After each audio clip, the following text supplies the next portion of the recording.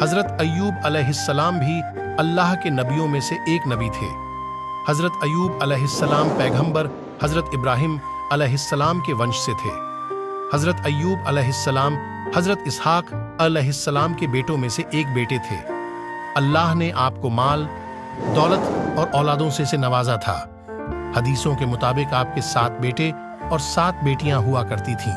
हज़रत अय्यूब अलैहिस्सलाम उस वक्त अपने कबीले के बहुत मालदार सरदार थे और बहुत खूबसूरत भी थे। हज़रत अय्यूब बहुत बद्दे इबादत गुजार भी थे। वह अपना ज़्यादातर वक्त अल्लाह की इबादत में गुजारते थे। आप अपने कबीले में उस वक्त इस तरह मशहूर थे कि जब आप घर से किसी काम के लिए निकलते तब लोग आपके इस्तकबाल के लिए खड़े हो जाते थे। लोग आपकी बड़ी इज्जत करते थे। लेकिन कहते हैं ना, जब कोई अल्लाह को बड़ा अजीज होता है तब अल्लाह भी ऐसे शख्स का इम्तिहान जरूर लेता है। ऐसा ही कुछ हज़रत अय्यूब अलैहिस्सलाम के साथ भी हुआ। लिहाजा हुआ कुछ ऐसा कि अचानक हज़रत अय्यूब अलैहिस्सलाम का अचानक से सब कुछ बर्बाद हो गया।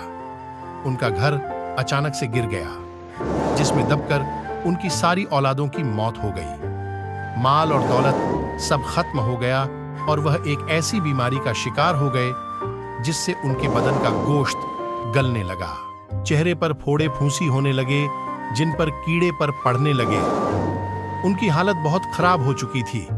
उनकी ऐसी हालत देखकर कबीले वालों ने भी उनसे नाता तोड़ लिया।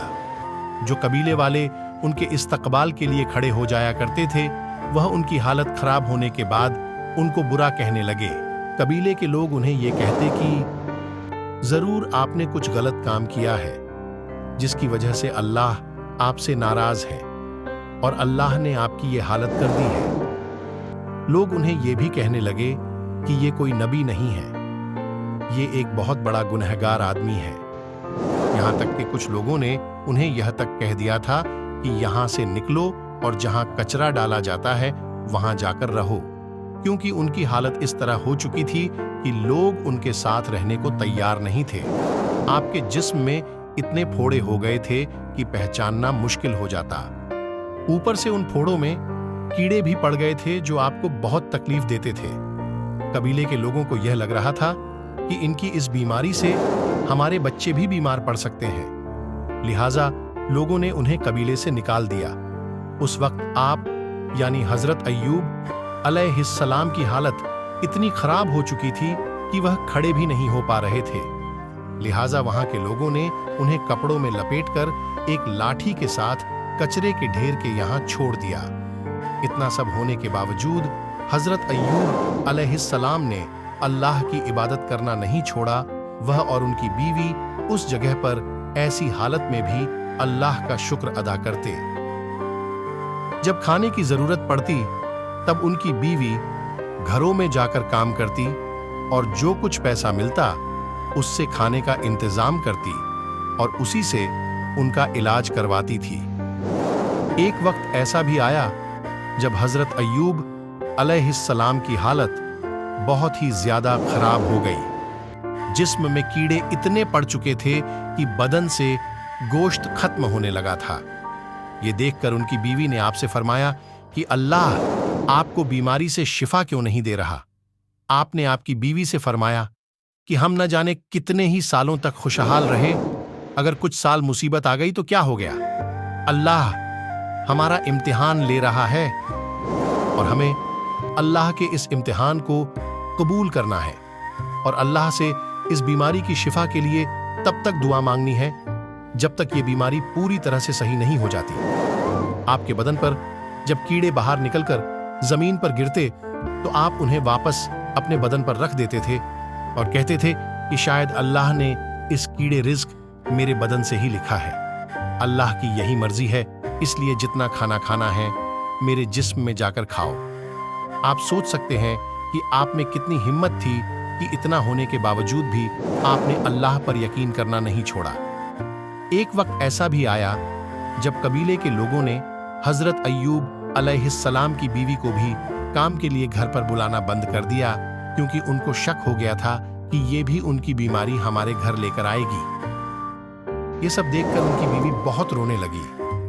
आपकी बीवी को इस तरह रोता देख फिर हजरत अय्यूब अलैहिस्सलाम ने अल्लाह से दुआ के लिए हाथ उठाया और कहा कि ए अल्लाह, तू रहम करने वाला है, अपने बंदे पर रहम फरमा।